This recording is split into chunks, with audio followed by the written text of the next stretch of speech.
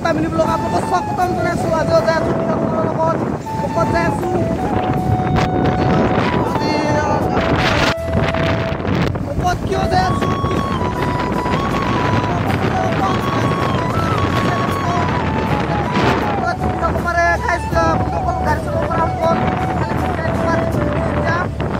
নকল চাপ finally চচটো M E school পাই গ'লোঁ। এতিয়া আমি যাই আছোঁ বকলে বুলি নকল। এতিয়া আমি ৰাস্তা পালোঁ।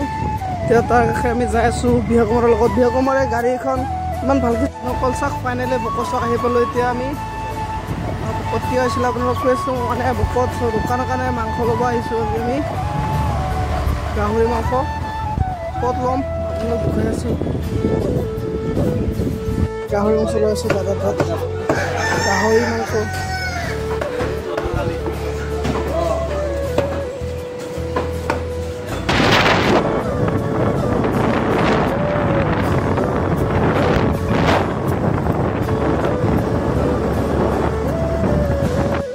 অকল এতিয়া আমি মাংস লৈ এতিয়া গাহৰি মাংস লৈ ইয়াতে এইগিলা গাহৰি এইটো ব্ৰইলাৰ তাতে দিছোঁ কপৰঙা চকত হয় এইটো আমাৰ দোকান।